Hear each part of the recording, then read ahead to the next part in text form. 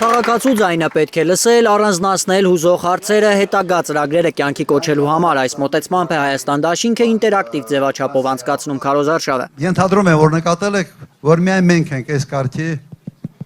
հանդիպումներ կազմակերպում։ Աջափնյակցիները նկատել են ու տասնյակ հարցեր ունեն Հայաստան դաշինքի առաջնորդին։ Ողջունում եմ, պարոն նախագահ։ Նախագահը միայն առաջին հարցն է անպատասխան թողնում, թե ինչպես է 2020-ին Արցախում նախագահ դարձել Արայիկ Հարությունյանը։ Դուք երբևէ այդ հարցը տվել եք Բակո Սահակյանին, ինչի ամեն ինչ արեց,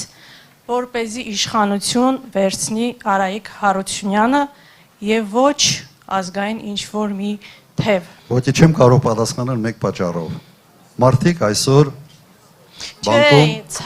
բանտում նստած են։ Հաջորդ հարցը ուրախացնում է Ռոբերտ Քոչարյանին, ապագա սերունդը հաշտ չէ ինքնության դեմ իշխանության սանձազերծած պայքարի հետ։ Դասագրքերից անում են Մեսրոպ Մաշտոցի լուսանկարը, 7-րդ դասանի պատմության, հայոց պատմության դասագիրքը ուղղակի խայտարակ վիճակում է։ Մեր ուղղակին նախընտրական ծրագրում հենց դա կա, ամբողջ այդ փոփոխությունները վերանայվելու են եւ շատ արագ։ Ամեն ինչ կկարգավորվի, կարևորը շարունակի լավ սովորել 7-րդ դասարանցի Ռուբենը։ Շարունակի լավ սովորել։ Հետո երկրորդ նախագահից հետաքրքրվում են Հայաստան դաշինքի ձևավորած կառավարությունն ինչպես է վերաբերելու խոսքի ազատությանը։ Քոչարյանական ներկայացող Կարենն ասում է, իրեն որոշ մարդիկ ասել են, թե 98-ից 2008 թվականներին խոսքի ազատությունը Հայաստանում լավ օրի չի եղել։ Շատ են ասում, որ ձեր օրոք իբրև թե ինչքանով է այդպես եղել խոսքի ազատությունը, սահմանափակված է եղել։ Երկրորդ նախագահը նախ ցավալի մի պատմություն է հիշեցնում։ 10 տարվա ընթացքում եղել է իմ հիշողությամբ մեկ լրագրողի սպանություն, այդ լրագրողը մեր թիմի անդամ էր, Տիգրան Նագդալյանը։ Եվ այդ սպանության հեղինակը եղել է հենց այսօրվա ընդդիմադիր գործիչի եղբայրը եւ ինչքան ես գիտեմ, նաեւ դա ընտանիքի որոշում էր։ Մեկ լրագրող էլ դատապարտվել է, հիշում է Քոչարյանը, ոչ թե մասնագիտական գործունեության համար, այլ բանակից խուսափելու պատրվակով փաստաթղթեր կեղծելու համար։ Հարևանի երկու երեխային գրեց իր անունով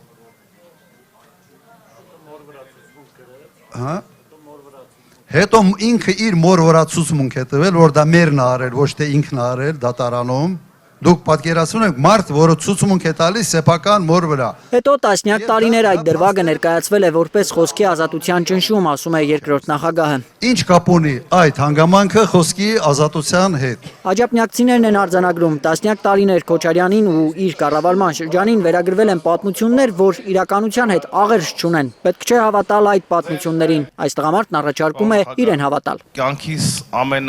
ուրախ ու լավ տարիները ապրել եմ ձեր ղեկավարման տարիներին։ Ուրեմն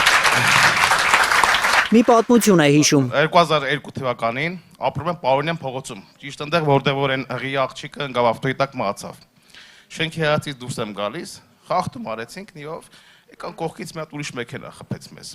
Ու հենց այն նույն ժամանակահատվածում, որտեղ ձեր ավտոշարասյունը անցներ, բարձրանում եք կառավարական ամրանոց։ Ձեր այն 140 Mercedes-ներ 600-ը հետևից Ford Jeep-էր էր։ Ուրեմն ձեր ավտոշարասյան մեջի բժիշկները 30 վայրկյան հետո կանգնել են, ասել են ինչա պետք է մարդու բան չի եղել, որ օգնություն ցույց տան։ Ավտոշարասյան մեջ։ Իսկ ստեղ ավտոշարասյան մեջ նույնիսկ չկանգնեցին։ Այդ ավտորասյան ասեմ, այդ նույն ավտարը եղել անտեղ մի 100 մետրի տարբերությամբ։ Պարոնյան փողոցի վրա, որը մեր ավտոշարասյան հետ կապ չունեցել, բայց վթարապես կապ չունեցել։ Մենք ուղղակի հայաթից դուրս գալուց վթարվել ենք Նիվայով։ Հետո այս տղամարդը մի ասացվածք է հիշեցնում, կա անցյալ, որին հասնելու համար պետք է շատ առաջ գնալ։ Մենք կարանք այնքան առաջ գնանք, որ հասնենք 2005 թվին։ Իհարկե կարող ենք։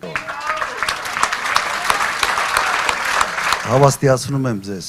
շատ արագ այս ամենը կարելի է վերականգնել։ Շատ արագ։ Ովքեր են Ռոբերտ Քոչարյանի հետ վերականգնելու երկիրը, ինչ թիմ է լինելու Քոչարյանի կառավարությունում, հարցնում են մարդիկ։ Խոս տալիս եք արդյոք, որ դուք վաղը միսօր իշխանություն ձևավորելուց կառաջնորդվեք այդ պրոֆեսիոնալների թիմ հավաքելով։ 10 տարի նախագահ եմ եղել։ Դուք մեկ պաշտոնյայի անուն տվեք, որը իր ոլորտի մասնագետ չի եղել։ Իմ ժամանակ։ Չեք քնի։ Երկիրն անվտանգ ու մրցունակ դարձնելու Ռոբերտ Քոչարյանի ճանապարհին կան խոչընդոտներ, կան մարդիկ, որոնք փորձում են խանգարել երկրորդ նախագահի վերադարձին։ Ինչու եւ ովքեր չեն ուզում, որ դուք դառնաք Հայաստանի ղեկավար։ Չեն ուզում Թուրքիան եւ Ադրբեջանը, որտեղ ուզում են ունեն խամաճիկ Հայաստանի ղեկավար եւ շարունակեն թուլացնել մեր պետականությունը։ Չեն ուզում որոշ արդեն նշմարվում են օլիգարխներ, ովքեր այս իշխանության տակ ծծում են ժողովրդի արունը ու այսօր էլ ամեն ինչ անում, որ սրանք վերարտադրվեն։ Չեն ուզում մեր երկիրը ներսից քայքայող որոշ ուժեր։ Հայաստանի քայքայումը կկանխվի, երբ հունիսի 7-ին մարտիկ ձայն տան համար 17-ին վստահեցնում են Հայաստան դաշինքի անդամները։ Մենք իսկապես կարող ենք ունենալ ժամանակակից մարտունակ բանակ, որը ի վիճակի է զսպել Ադրբեջանին։ Իսկ 1.5 տարի դարձած ծառայության ժամկետը պահպանելու է Քոչարյանի կառավարությունը։ Նաև 1.5 տարով այո հնարավոր է երկրի անվտանգությունը ապահովել։ Իսկապես հնարավոր է։ Հայաստան դաշինքը խոստանում է բարձրացնել զինծառայողների բազային անշատավարձը, չկա մի խոստում, որ Քոչարյանը տվել է ու չի արել, հիշում են մարդիկ։ Դու չես կարող պարետից շեշտակի քիչ աշխատավարձ ստանալու պարագայում պայմանագրայինով ուղղակի համալրես բանակը, չի ստացվելու։ Մարտունակ բանակ պետք է կառուցել իրական երաշխավորված խաղաղություն ունենալու համար, համոզված է երկրորդ նախագահը։ Հենց բանակը պետք է ունենանք պատերազմ չունենալու համար։ Պատերազմ չունենալու համար։ Ալբերտ Սերոբյան, Հենրիկ Համազասպյան, Անի Ղանդիլյան, Հայլուր։